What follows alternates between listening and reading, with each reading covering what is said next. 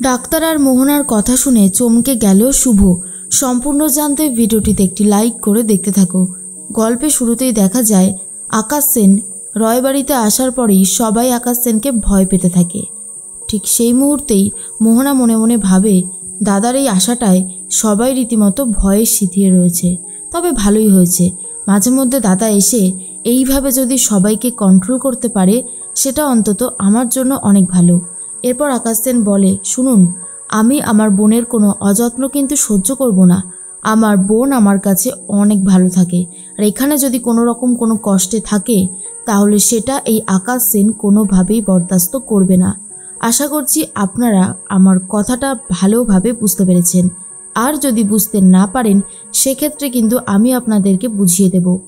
অফিসের থেকে আপনাদের হাত সরিয়ে নেব বলে আপনাদের যা অবস্থা হয়েছে সেটা দেখেই আমি তো ভাবছি যে সত্যি সত্যি যদি আপনাদের বিজনেসে আমি ইনভেস্ট না করি তাহলে আপনাদের অবস্থা অনেক বেশি শোচনীয় হয়ে যাবে।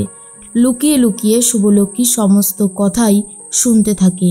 এরপরে আকাশ সেন বলে, এই যে আদ্রিত রয়, আজকে তোমার জন্যই এই সব কিছু হয়েছে। সোসাইটিতে যদি এই কথাগুলো ছড়িয়ে দিই তাহলে তোমার আর তোমার পরিবারের মান সম্মান আদেও থাকবে তো?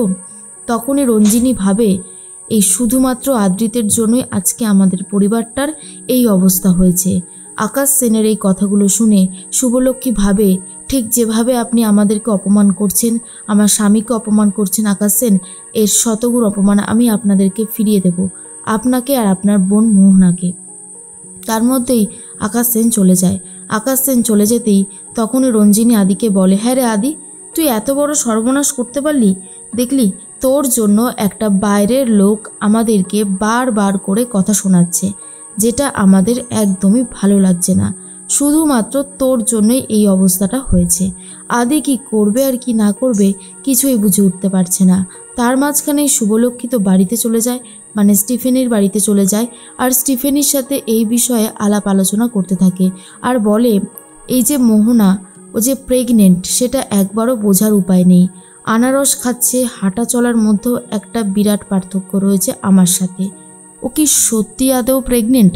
আমার তো এই বিষয়ে ডাউট আছে, কিন্তু ওকে যদি আমি হাতে নাতে ধরতে চাই তার জন্য লাগবে প্রমাণ। স্টিফেনি বলে, সেসব হবে শুভ, তুমি আগে চলো, খেয়ে নেবে। এরপর শুভ ঠিক করেছে দময়ন্তীর সাথেই মিট করবে আর সত্যিটা জানার চেষ্টা করবে। রাত হতেই আদ্রিতের তো ভালো লাগে না। আদ্রিত মন খারাপ করে ঘরে বসে আছে।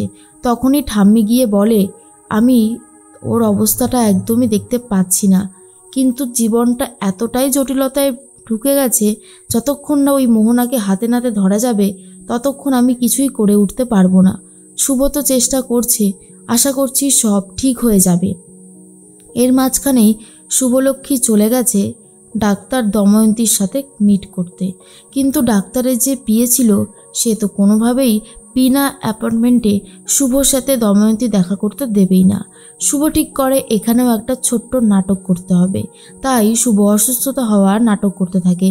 আর তখনই দময়ন্তীর যে পিএ ছিল সে তখন বলে, ঠিক আছে আপনি চলুন, আমি ম্যাডামের সাথে আপনাকে দেখা করিয়ে দিচ্ছি। এরপর দময়ন্তী দেখতে থাকে পেশেন্টকে আর জিজ্ঞেস করতে থাকে সব কিছু, কিন্তু শুভ তো ডাক্তার দেখাতে আসেইনি। শুভ এসেছে মোহনার ব্যাপারে খোঁজখবর নিতে। এই বিষয়ে শুভ ভাবতে থাকে, আর হঠাৎ করে শুভ ঘড়ির দিকে তাকিয়ে দেখে প্রায় 9টা বেজে গেছে। আর দময়ন্তীর সাথে মোহনার কথা হয়েছে। মোহনা দময়ন্তীকে জানিয়েছে 9টার মধ্যে ক্লিনিকে আসবে, তাই শুভলক্ষ্মী ভাবে যত তাড়াতাড়ি সম্ভব আমাকে এখান থেকে বেরোতে হবে, না হলে আমি ধরা পড়ে যাব। এর মধ্যেই সেবন্তী ভাবে 9টা বেজে গেল, এখনও তো এলো না লাকি, ও কখন আসবে? আসলে লাকি মানে শুভ তো দময়ন্তীর চেম্বারে চলে গেছে। বাড়ির 3 ছেলে বেরোবে, কিন্তু খাবার জোগাড় করার মতন কেউ নেই। আর তখনই সেবন্তী নিজেই রান্নাঘরে গিয়ে সবার জন্য কিছু একটা বানাতে থাকে। এরপরেই সেবন্তী বলে যে, দেখ, লাকি আসবে কখন তার কোনো ঠিক ঠিকানা নেই, আমরা বউরাই বরং হাতে নাতে করতে থাকি। কিন্তু পূরবী তার আগে চলে যায় ডান্স একাডেমিতে, আর রঞ্জিনী রমিতকে নিয়ে বার্গার খেতে চলে যায়। তার মধ্যেই সেবন্তী ভাবে এই পরিবারটার যে কী অবস্থা হলো সে আর বলার কথা না। অন্যদিকে দেখা যায় যে মোহনা চলে এসেছে আর শুভ বেরোতে পারেনি। শুভ যখনই বেরোতে যাবে মোহনাকে দেখতে পায়। এরপরেই শুভ সাইডে লুকিয়ে পড়ে, কিন্তু তখনই পার্সোনাল অ্যাসিস্ট্যান্ট দেখে নেয় দময়ন্তীর আর বলে, দেখুন ম্যাডাম, আপনি এবার এখান থেকে যান, আর ভেতরে এখন যাওয়ার পারমিশন নেই, কারণ দময়ন্তী কড়া ইনস্ট্রাকশন দিয়ে দিয়েছে আর বলে দিয়েছে পিয়াকে এখন যেন ভেতরে কেউ না ঢোকে। তখনই মোহনা ভাবে এবারে যা কথা বলার বলে নিতে হবে। শুভ ভাবে একজন ডক্টর একজন পেশেন্টের সাথে কতক্ষণই বা কথা বলে, আর পিয়ে তো ছিল সামনে, তাকেও সরিয়ে দেওয়া হলো, তাহলে কি এমন কথা আলাপ আলোচনা হবে? এটাই তো আমি বুঝতে পারছি না। এর মধ্যেই মোহনা ডাক্তার দেখিয়ে বাড়িতে চলে যায়, আর ঠিক তখনই সেবন্তীকে সাহায্য করতে চায়, হেল্প করার জন্য, কিন্তু সেবন্তী কোনোভাবেই মোহনার সাহায্য নিতে চায় না। আর শুভ তখন এখনও এসে উপস্থিত হয়নি। ঠাম্মি লুকিয়ে লুকিয়ে মোহনাকে দেখতে থাকে আর বলে, এই মেয়ের বাচ্চা জন্ম দেওয়ার থেকেও বড় হয়ে দাঁড়িয়েছে যেন শুভর জায়গাটা নেওয়া। শুভর জায়গাটা নেওয়ার জন্যই ও এই বাড়িতে এসেছে, এখন তো আমার তাই মনে হচ্ছে, কিন্তু আমার হাতে তো কোনো প্রমাণ নেই, আর শুভও এখনও কোনো প্রমাণ জোগাড় করে উঠতে পারেনি, তাই মোহনার মুখোশ এখন খোলা যাবে না। মোহনা যা ধুরন্ধর মেয়ে, ওর জন্য লাগবে প্রমাণ, আর প্রমাণ থাকলেই মোহনার কুকীর্তি ফাঁস করে দেবে আমাদের শুভই।